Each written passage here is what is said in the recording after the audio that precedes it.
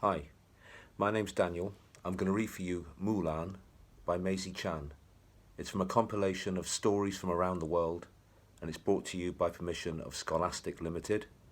And I'm going to read this in two parts, so this is part one. Once upon a time in China, a baby girl was born. Her father called her Mulan after the beautiful wood orchids that blossomed around their home. Like those flowers, Mulan grew into a fine young woman. She was strong and quick-witted, with beautiful long hair the colour of ebony. Her mother taught her many useful skills that girls were supposed to know back then, like sewing by hand and weaving on the loom. But Mulan was bored.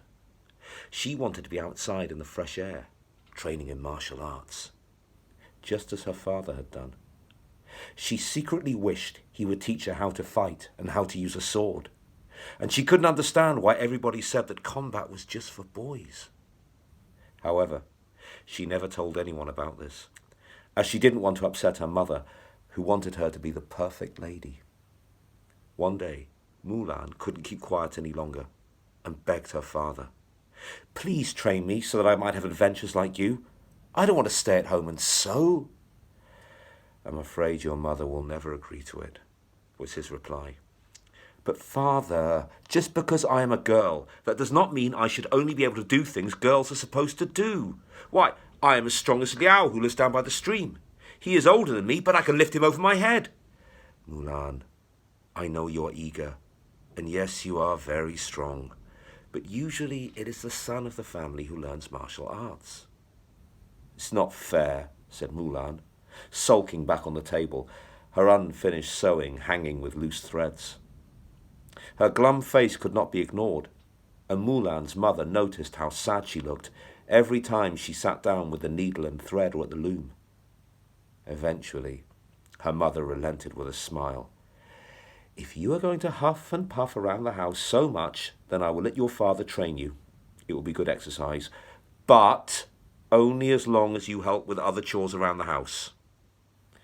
"Oh, Mother, thank you so much. Whatever you want me to do, just ask." Mulan could not contain her glee. Now she would show the village boys that she was every bit as good as they were. Training began immediately.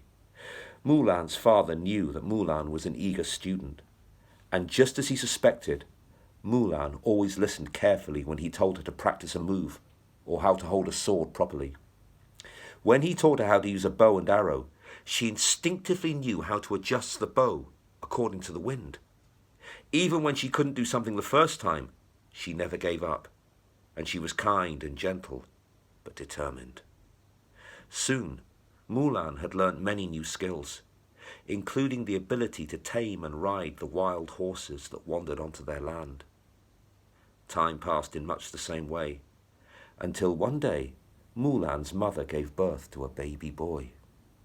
The family rejoiced and soon settled into their new routine. Alongside her warrior training, Mulan continued to help around the house, looking after her baby brother when her mother was tired. 5 more years passed, and the monsoon rains came bringing with them a sickness to the house.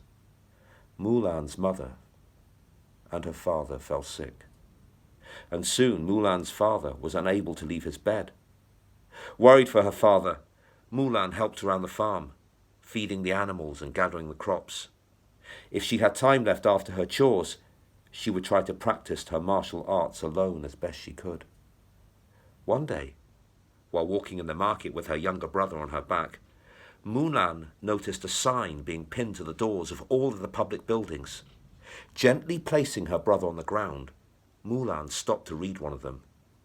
"By order of the Emperor, every family must send a man to join the army.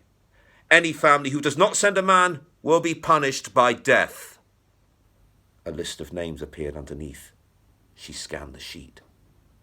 "No, it can't be true," she gasped.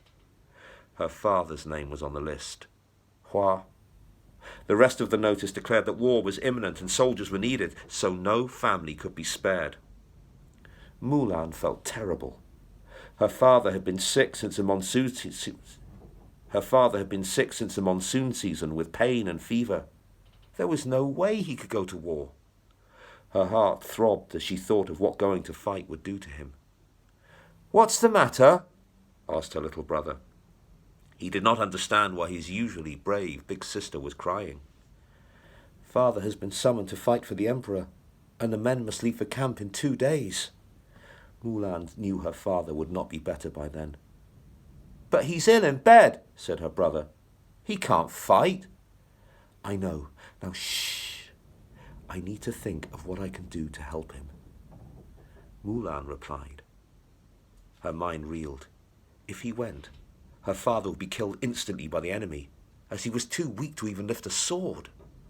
Her brother was far too young, and they had no other sons that would take their father's place. But if no one went from their family, then the Emperor's men would come to the house and the family would all be punished. Mulan thought hard on the silent walk home, racking her brain for a solution. A plan dawning on her, she decided that the only way to save her father was to take his place and pretend to be the soldier the Emperor needed. The next day, working quickly and in secret, Mulan gathered supplies that she would need for her journey to the army camp.